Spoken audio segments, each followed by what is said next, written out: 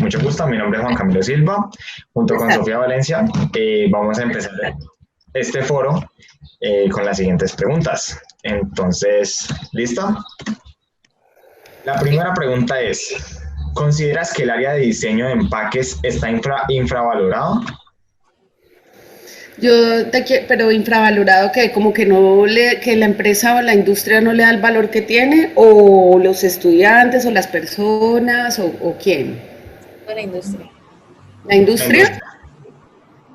No, yo no creo que esté subvalorado para nada. Yo creo antes que más bien nosotros o las universidades más bien subvaloran la ingeniería de empaques, porque pues las empresas necesitan mucho eso y siempre asumen que los diseñadores industriales pues sabemos y resulta que no.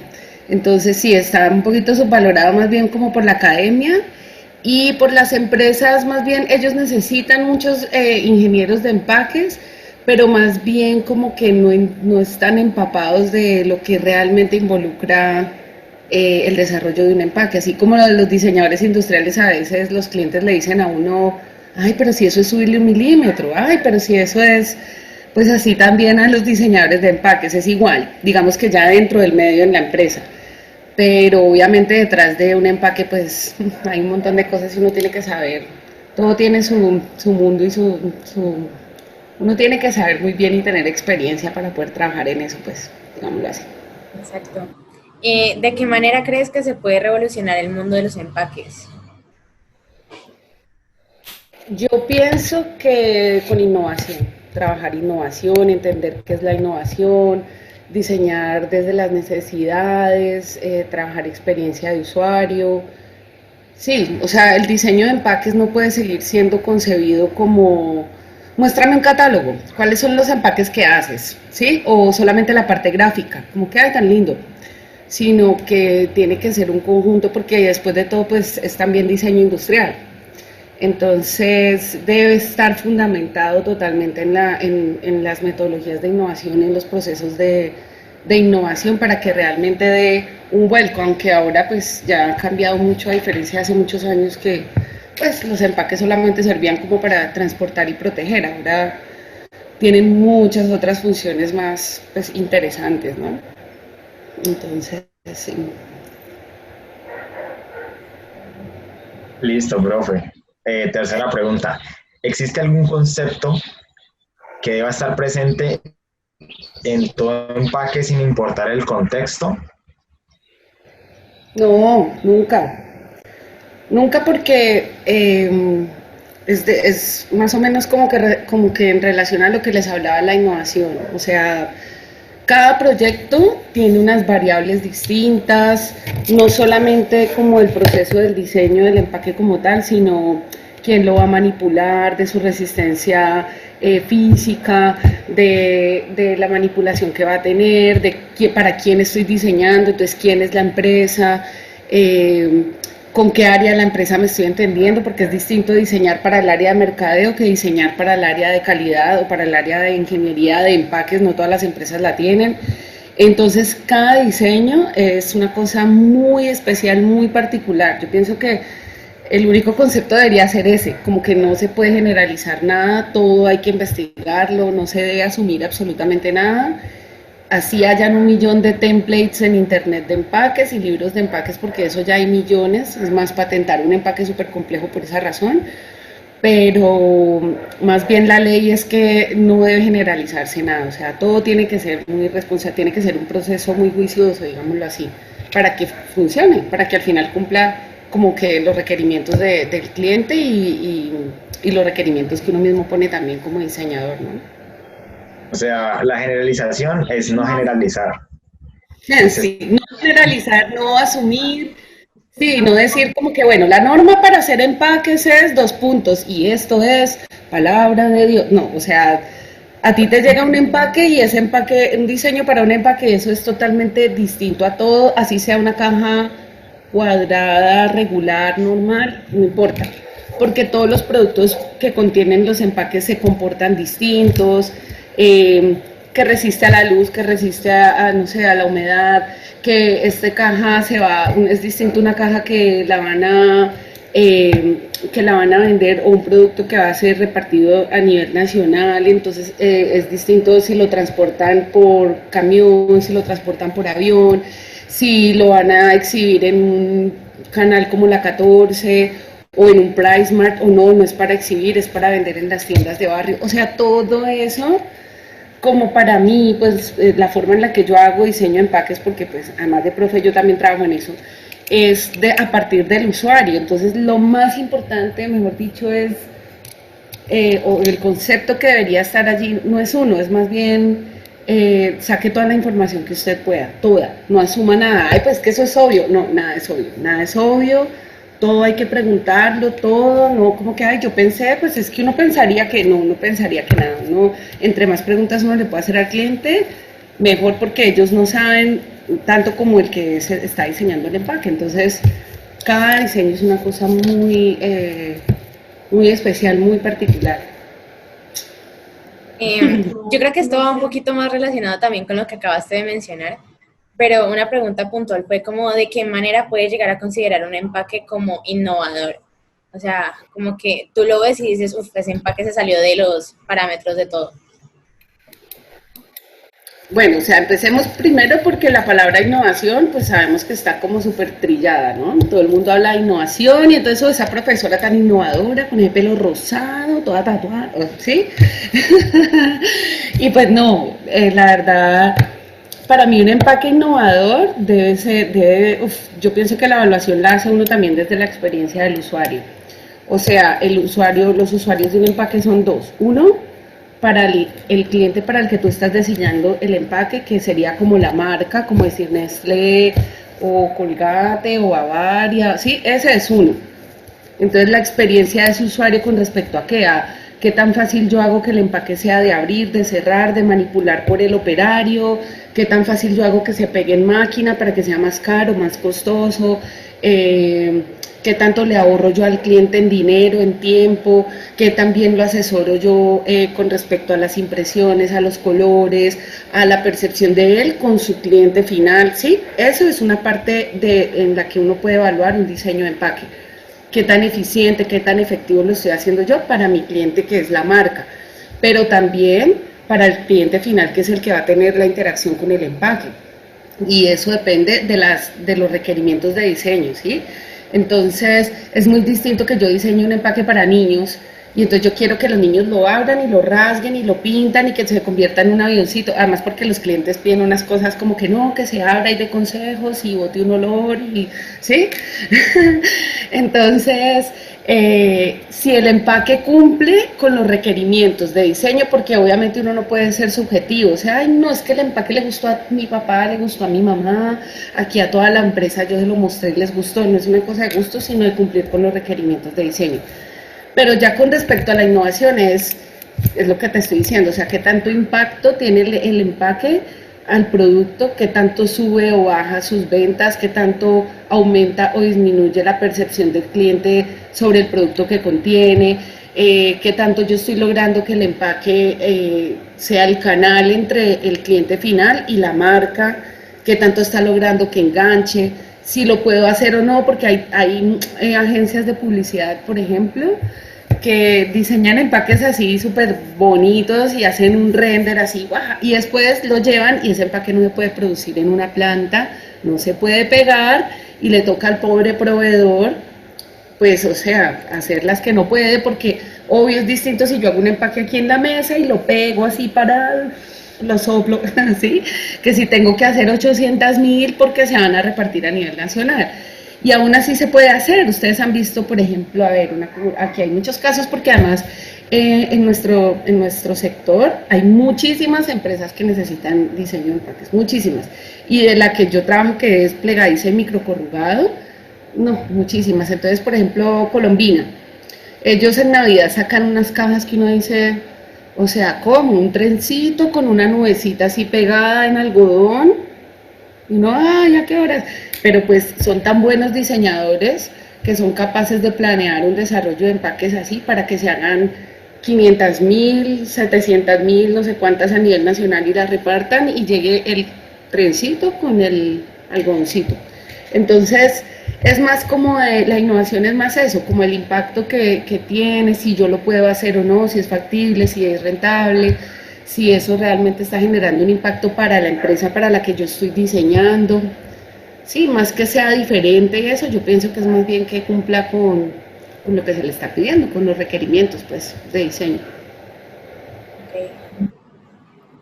Listo, profe. De lo poquito que hemos charlado, se ve que te gusta el resto, el tema y estás súper Obvio. metida en el tema. Vamos con esta pregunta. ¿Qué es lo que más disfrutas de diseñar empaques? Pues mira, yo parezco un viejito contando la historia, es que yo nací en el, no, pero bueno, cuando yo estudié Pero es en diseño, serio. cuando yo estudié diseño no fue como que, porque yo soy diseñadora industrial de la U, no fue como que, ay, yo me sueño con ser diseñadora, es mi sueño ser diseñadora de empaque, pues no, sí, yo salí a buscar trabajo, es más, había mucha gente que estaba muy segura de lo que quería hacer, y yo no sabía. Y a mí me salió un trabajo en eso y resulta que me enamoré profundamente del diseño de empaques. Y me encantaba, pues lo que pasa es que eso depende también como del perfil que uno tiene, ¿cierto? Entonces yo me aburro haciendo la misma cosa durante mucho tiempo.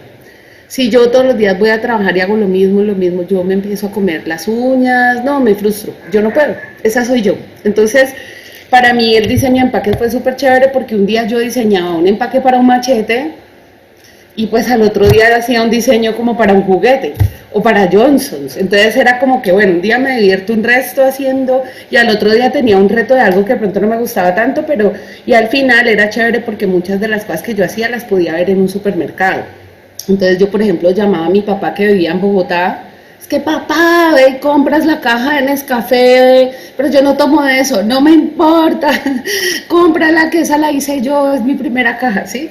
Entonces eso fue súper chévere, a pesar de que uno no está ahí para explicarle al cliente, mira, mi caja, tan, el café lo debe sacar por aquí. Y entonces fue un aprendizaje súper bonito, nunca paré de aprender, nunca he parado de aprender a hacer empaques, entonces me encanta porque es ejercer como el propio diseñador de industrial, que es cada vez que tienes un proyecto te tienes que volver experto. O sea, si yo hacía un empaque por machete, obvio me tenía que volver experta en machetes y cuánto pesa y esto quién lo arma y las señoras cómo hacen para no cortarse las manos cuando lo meten dentro del empaque. Y cada cosa era un mundo, pero eran proyectos que se acaban y empezaba otro. Entonces era muy dinámico y eso me súper gustaba. Y luego estudié y aprendí innovación. Y eso sí fue como que mi cabeza ya, para mí ahí ya todo tenía sentido. Yo decía, claro, con razón yo quería revolucionar todo y en las empresas yo luchaba porque diéramos un poquito más, pero pues es difícil porque hacer innovación pues todavía es complejo, ¿no? Aquí somos muy tradicionales. Pero eso fue lo que más hizo que me apasionara. Entonces yo trabajo como en innovación porque es lo que más me encanta y haciendo empaques que me gusta. Entonces cada vez que voy a vender un empaque yo siempre como que hice una norma y una regla para mí así súper sagrada que mi proceso de diseño es a través de la innovación. Yo no diseño empaques como que muéstrame un catálogo, ay sí mira, una caja de tortas y una caja de zapatos y cuál te gusta y yo te la acomodo, sino quién es el cliente, cuál es la experiencia del usuario, o sea, toda la información de entrada pues para trabajar como innovación y a mí esas dos cosas me tienen, no, yo estoy matada, yo muero ahí de eso, estoy contenta y además enseño lo que me gusta, entonces no, a mí eso es lo que más me gusta, o sea, que sean, son distintos proyectos y voy cambiando, cambiando. Profe, una preguntita. ¿De casualidad tienes, no sé, como algunos proyectos que puedas mostrar o algo así para ver un poquito de tu trabajo? Si lo tienes, si no, tranquila. Pues sí, yo creo que tengo, si quieres preguntarme mientras otra cosa, Dale. voy a buscar aquí unos foticos a ver qué puedo tener por acá. Pero son Eh, súper, mejor dicho, voy a mostrarles los que pueda mostrar, porque hay unos que no puedo, ¿bueno? Dale, no, tranquila, obvio. Si No, nosotros son, sabemos. Una pregunta que nos dijeran es como, ¿qué aspectos técnicos se deben tener en cuenta en la estructura de un empaque? Yo sé que ahorita los mencionaste un poquito, pero como que no sé, los tres más relevantes que vos decís son infaltables para tener en cuenta. bueno, espérate, aquí encontré unos empaques, ahora se los muestro. ¿Qué aspectos debe tener uno en cuenta para diseñar, para qué? Para reforzar, disculpa, la estructura de un empaque o para qué? Para tener en cuenta en la estructura de un empaque. ¿Qué aspectos debe tener uno en cuenta? Pues depende.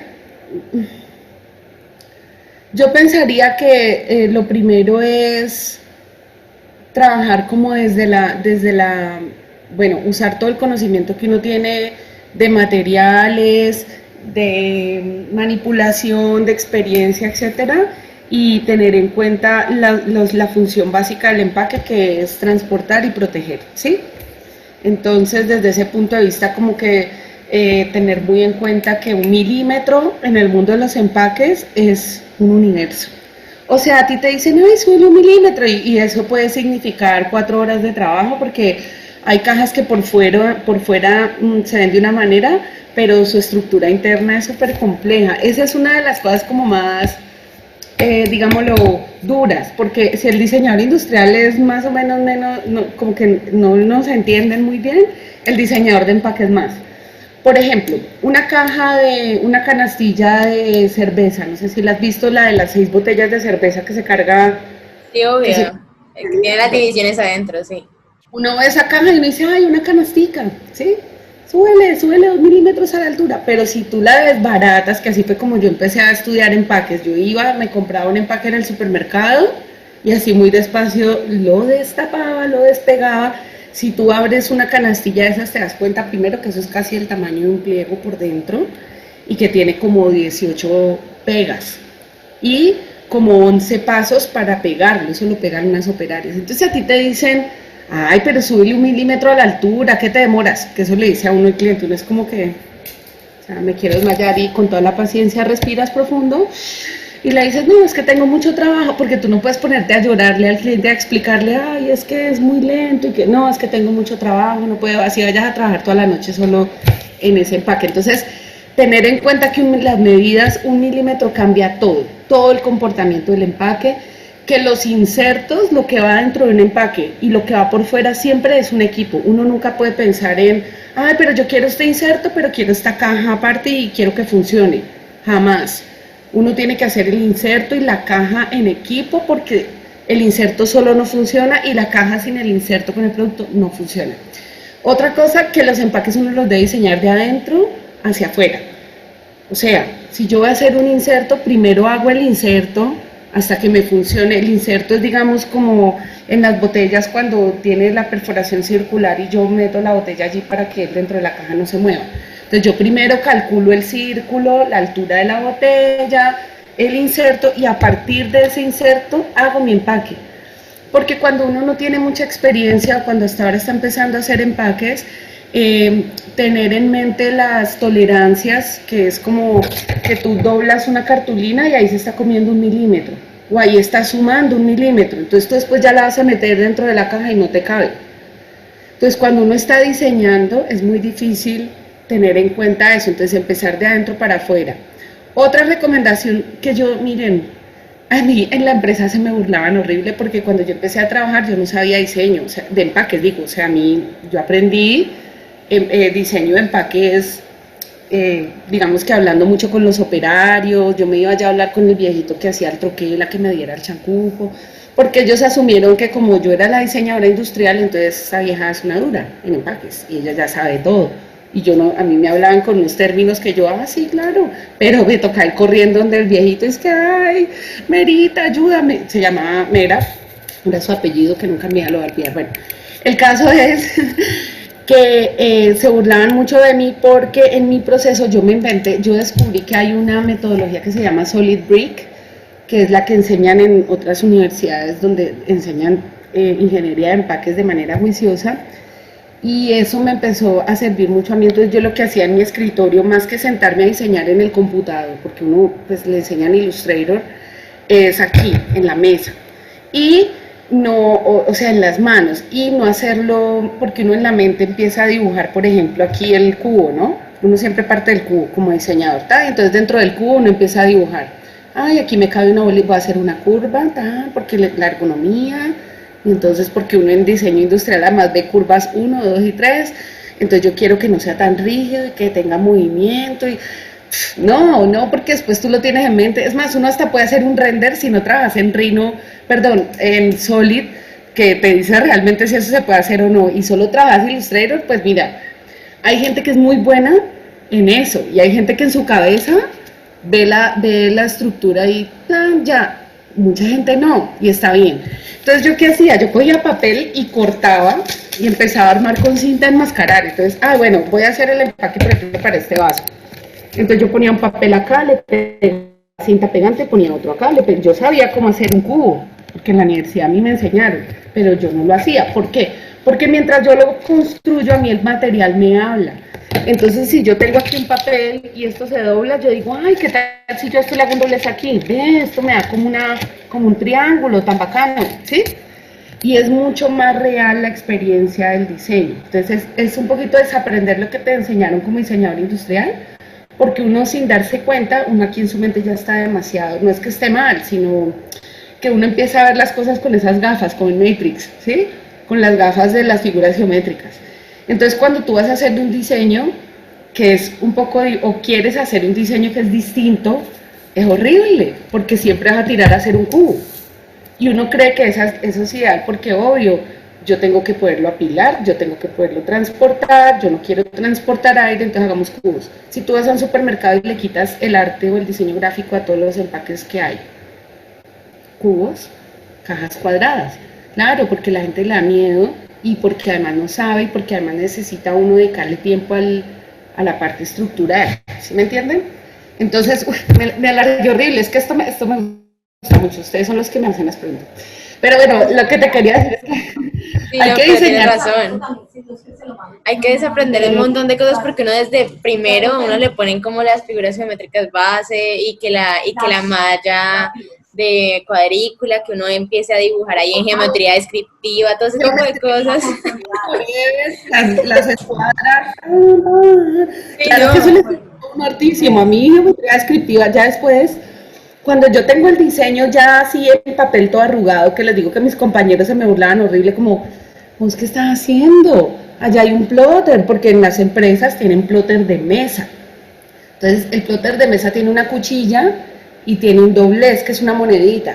Entonces, tú le das al plotear tan y pones el pliego sobre la mesa y la máquina corta tu caja y te hace los dobleces y tú ahí ya la doblas y la puedes probar en escala 1:1. Entonces, claro, todos eran, pero pues ploteé. Y yo, no, un momentico, que es que estoy aquí. Y además mis recortes eran así chiquiticos, ¿no? Porque me da pena que me vieran, porque toda la oficina era compartida con todo el mundo. Entonces, yo aquí con mi pedazo de cinta pegante, porque yo no sé dibujar bien, yo dibujo súper mal. Así sea diseñadora, hoy ustedes saben que un diseñador, pues para eso está Illustrator. Entonces, listo, lo hacía. Y cuando lo hacía, si no tenía el plotter, lo imprimía en una impresora tamaño carta, lo recortaba y lo pegaba con cinta de enmascarar en 5 minutos. Porque además uno como diseñador lo forman a ser muy pulido. Que uno haga las líneas y entonces la línea más gruesa es la que está más arriba, la más delgada es la que está más atrás, que no te vaya a coger la mano y a borrar así todo el lápiz porque es tan feo eso. Pero cuando uno está boceteando o cuando uno está dibujando y está solamente tratando de ver la figura, no importa, eso no importa.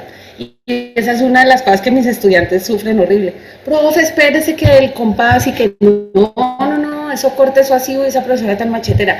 No, porque cuando uno está haciendo ese diseño en la vida real y en las empresas, uno no tiene tiempo de ponerse así, es que el borrador, no. Te toca rápido y listo, ya lo diseñé y ahora sí al computador. Y en el computador tú ya presentas tus planos, sacas tus muestras, todo. Pero esa primera etapa es súper importante para no hacer cajas cuadradas, digámoslo así. Eso es como, no sé, esos son como algunos de los tips. Si no me detienen, yo sigo hablando aquí hasta las 10 de la noche, les doy todo el tips de empaques. Pero más que todo es Digamos, como crear una experiencia única al momento de hacer los empaques, porque pues no es encerrarte y cuadricularte en hacer algo como siempre nos lo han dicho. Dale, Juanca. La información de entrada es súper importante, porque si no uno se va por las ramas, ¿sí? Sí. Digámoslo así, como darle importancia, sí, el brief del cliente. bueno, profe, vamos con otro aspecto de los empaques. ¿Qué se debe tener en cuenta a la hora de diseñar un empaque ecológico? Ay, no. Les voy a decir algo, miren, yo muestro mucho en mi clase, en las primeras clases, una charla TED de una diseñadora australiana que se llama Leila Acaraglu, así se dice su nombre, ¿sí? Yo ahorita se los escribo allí en el chat. Ella es una diseñadora australiana que es súper fuerte como en sostenibilidad y en medio ambiente, diseñadora industrial y experiencias. Y yo esta clase la muestro porque hay una parte muy importante de esa charla sobre eso, sobre los empaques ecológicos, ¿sí?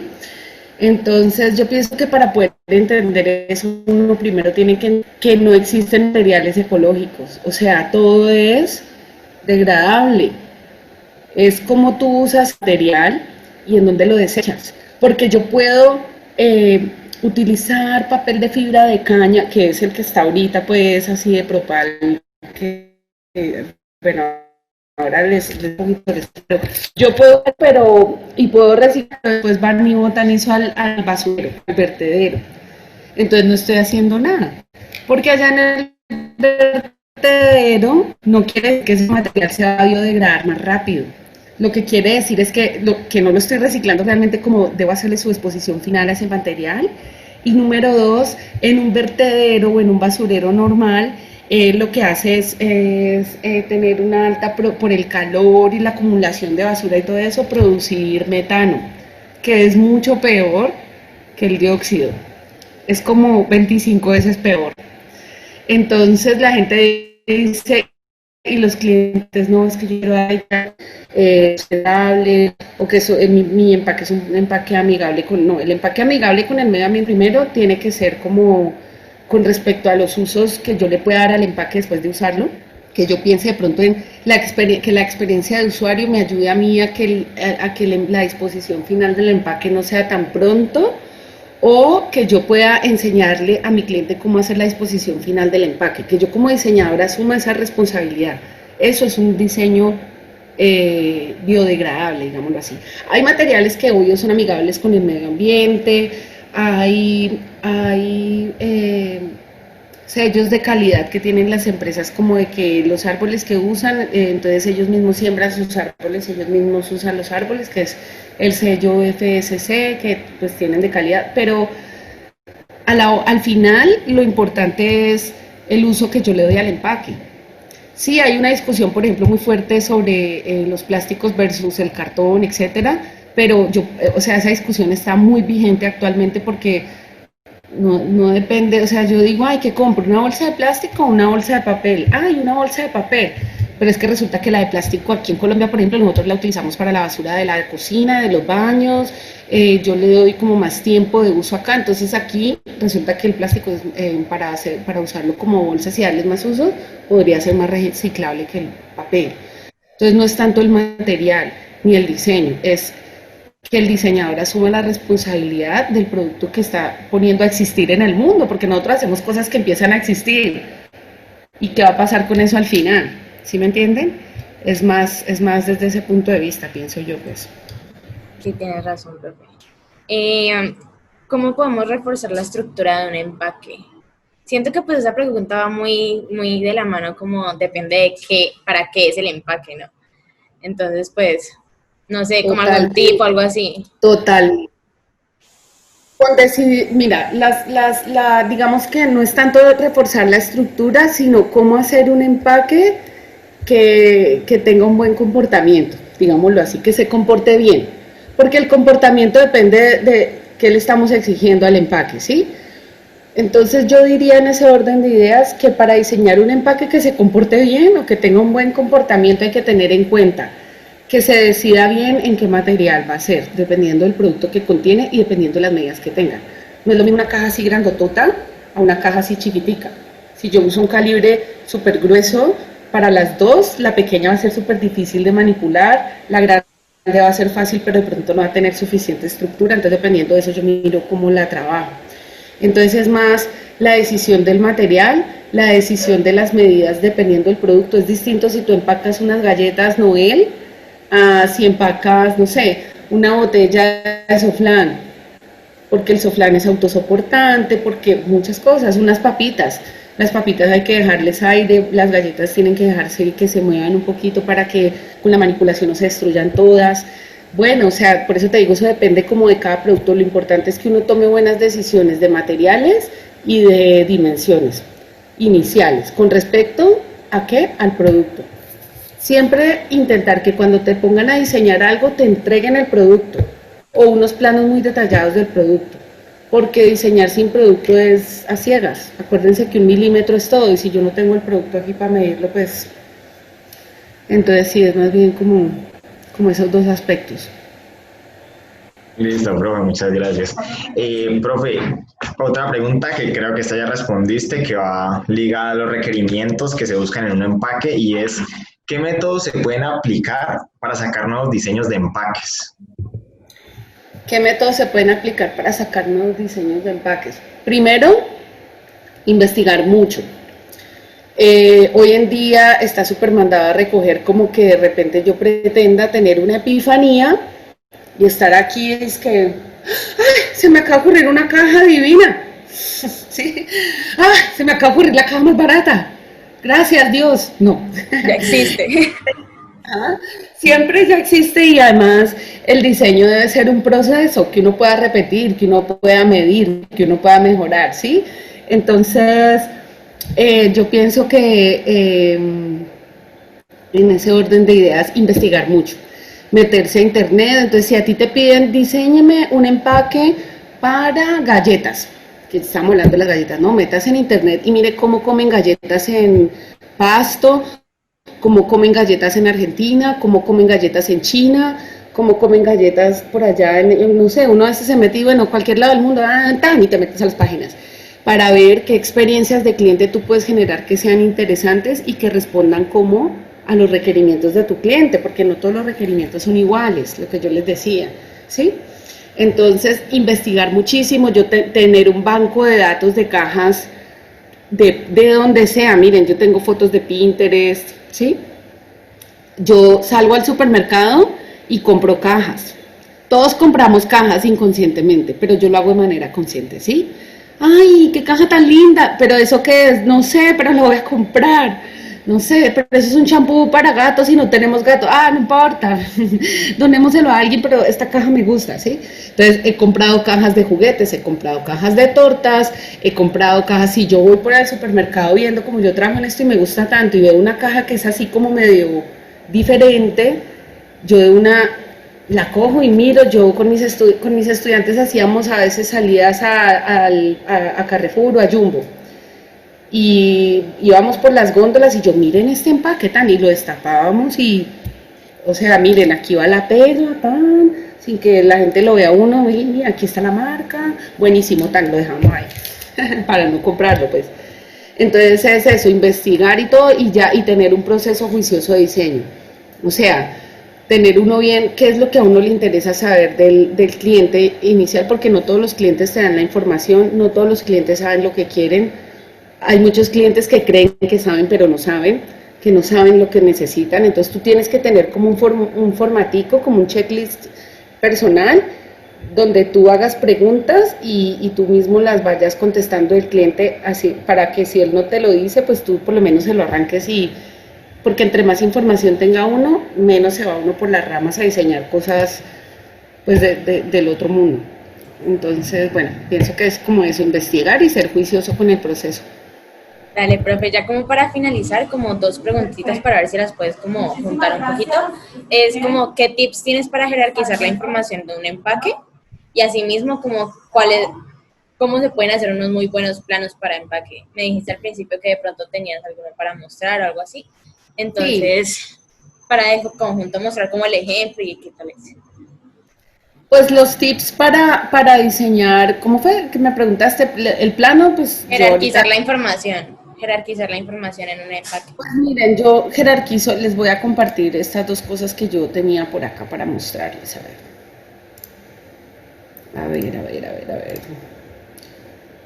Esto es algo que yo doy en clase, ¿sí? Que es como el brief. ¿Cómo jerarquizo yo la información? Primero, hay dos maneras en las que puede entrar información para diseñar un empaque. Una es Si es un rediseño, o sea que a ti el cliente te trae una caja y te dice, hágame esa misma caja, o mejoreme esta caja, que es más o menos dibújela en Illustrator, pero pues uno tiene que saber que la tiene que evaluar, a ver si están las dimensiones bien, etcétera.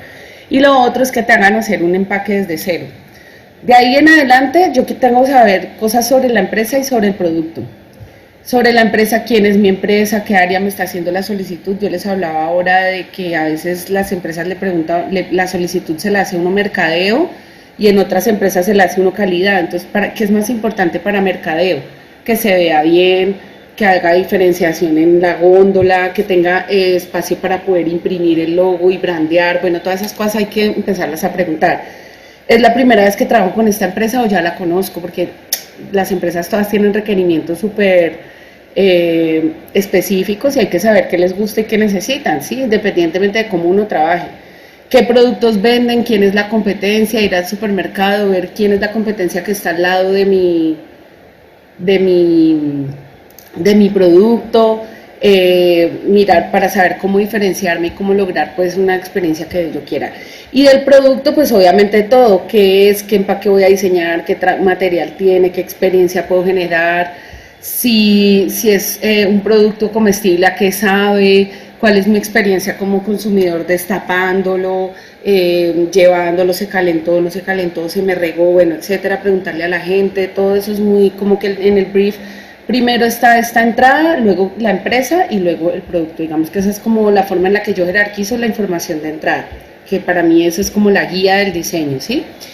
Y lo otro es que es como, esto es como un plano en el que he estado trabajando, que es muy importante. Como tú no sabes quién le va a hacer el empaque al cliente, puede ser que tú trabajes como diseñador de empaque en una empresa de artes gráficas, que son las que hacen los empaques, los imprimen y o puede ser que tú trabajes para una agencia de publicidad y tú tienes que dar toda esta información para que el empaque se pueda hacer.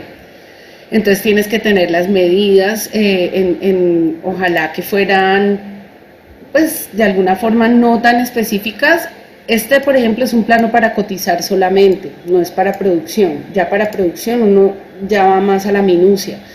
Pero para cotizar, ¿qué necesito? Saber que aquí va una pega y que esta cara va sobre esta pegada, para que ellos me coticen esa pega.